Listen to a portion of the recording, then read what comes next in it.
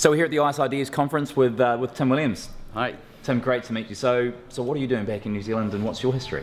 Okay, well, been in Japan for 17 years and just got back to windy and wet Auckland 2 days ago. And so the sort of shift was planned for a long time, and just to move the family back, hopefully balance up that work life versus family life, be a bit of a better dad. But you know, I'm a serial entrepreneur, I guess, and I've got a lot of businesses going in Japan. I've got about 4 on the go there at the moment. So I'd like to keep those businesses going, start some business in New Zealand, have a little bit of business in Brazil, and I guess change base. Nothing to do with the Rugby World Cup, of course, and just sort of keep growing business, but have the family in a slightly nicer environment. So not everyone knows who you are, what you've been doing for the last while. Can you run us through where you got started in Japan and what you've built up? Yep. So I was there at the end of 1993. Sort of went there cold, no Japanese. I had a master's degree in molecular genetics, of all things. And so I got there and I was visiting my brother and started out just English teaching, getting to know the language. But I always wanted to go into business, and so met up with a good friend, well, who's become a good friend, a guy called Johnny Hendrickson, and we started a company. And we agreed, we both had little notebooks, and of all the business ideas we'd had, and I'd been writing these down since I was about 7, and he had one, and I couldn't believe it.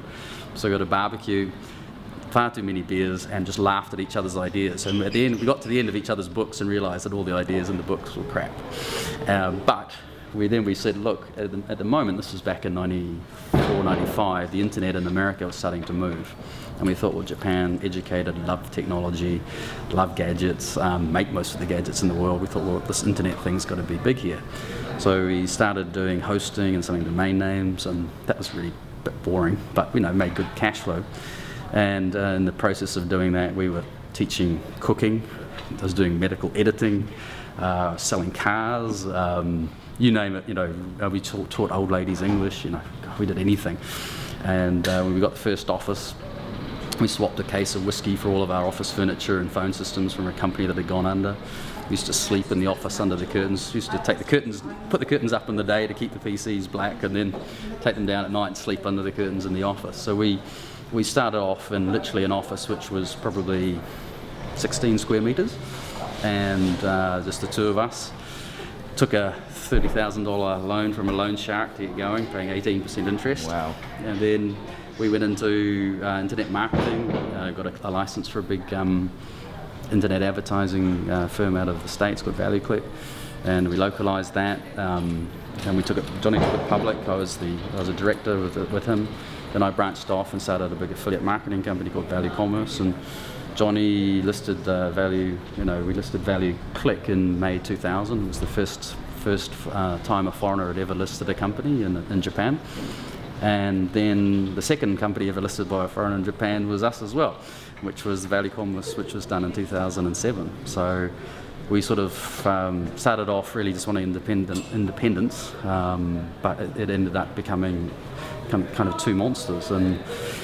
And as we've done those 2 businesses, I'm still quite a large shareholder of Value Commerce, but day to day I'm actually sort of doing 2 or 3 other businesses. So on to the next one. So getting businesses on the exchange in New Zealand is a big deal at the moment, and we don't have a whole lot of high-tech listings. So you seem to have gone from 16 square metres in an office to public. So what's that bridging gap in there? How did you actually cross that chasm?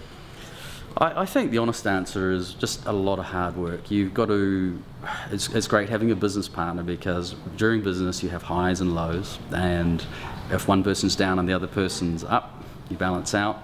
If you're both down, you go and have a beer and wake up the next day and carry on. So having 2 people helping is great, but it's just a lot of hard work. I mean, in the first 5 years we were working probably 14, 15 hours a day, 6 days a week. But we didn't have a family or kids at that stage, and we'd made those choices. This is what we wanted to do. And we just had a blind belief that we'd get it done, and we wouldn't take no. And of course, over time, I think if you're stubborn enough and your idea is half decent, it should work. But I think a lot of people think maybe get in it for the wrong reasons. You've got to enjoy what you do. So if you're going into it just to make money, probably you'll end up failing. But if you wake up every morning and you're genuinely excited or passionate about what you're going to do in the day, sort of, as long as you've got enough money to live, you don't worry too much about the other outcomes. So yeah, passion and hard work. So you've got 4 or 5 businesses now. You mentioned countries like Brazil. How did you branch out once you got one public company? Yeah, well, I sort of realised that we're very yen-centric and very technology-focused, and so our CTO at the time, he for Value Commerce, his wife was Brazilian and he's Dutch, and he'd been scoping out large-scale agriculture opportunities in Brazil, and so we got talking, and after he got completely teched out, he said, I'm going to go and start high-tech farming in the middle of northeast Bahia. And so we bought a big ranch together down there, and we're farming cotton and coffee and cabbages, not cabbages, potatoes, tomatoes, onions, and stuff for the local supermarket. So it's high tech, but it's completely sort of diversified from technology. And I guess after years of doing molecular biology and then technology, I wanted to do something you could actually see and touch, and so that's why we did that, and that's really interesting. So that's why we did that.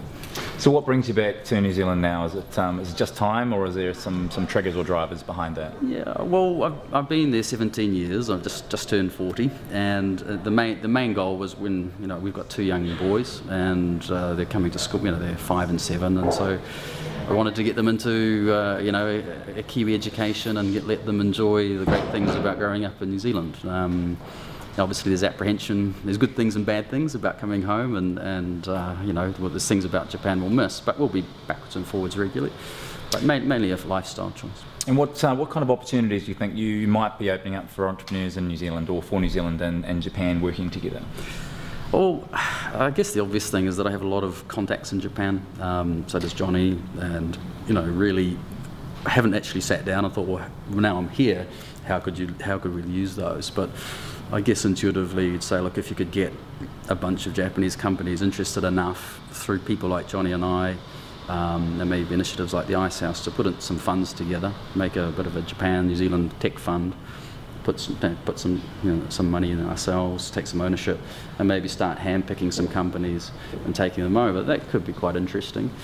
The problem, I guess, for the local companies is they don't really know what the Japanese market is, so you need a filtering layer to choose what's right to take there.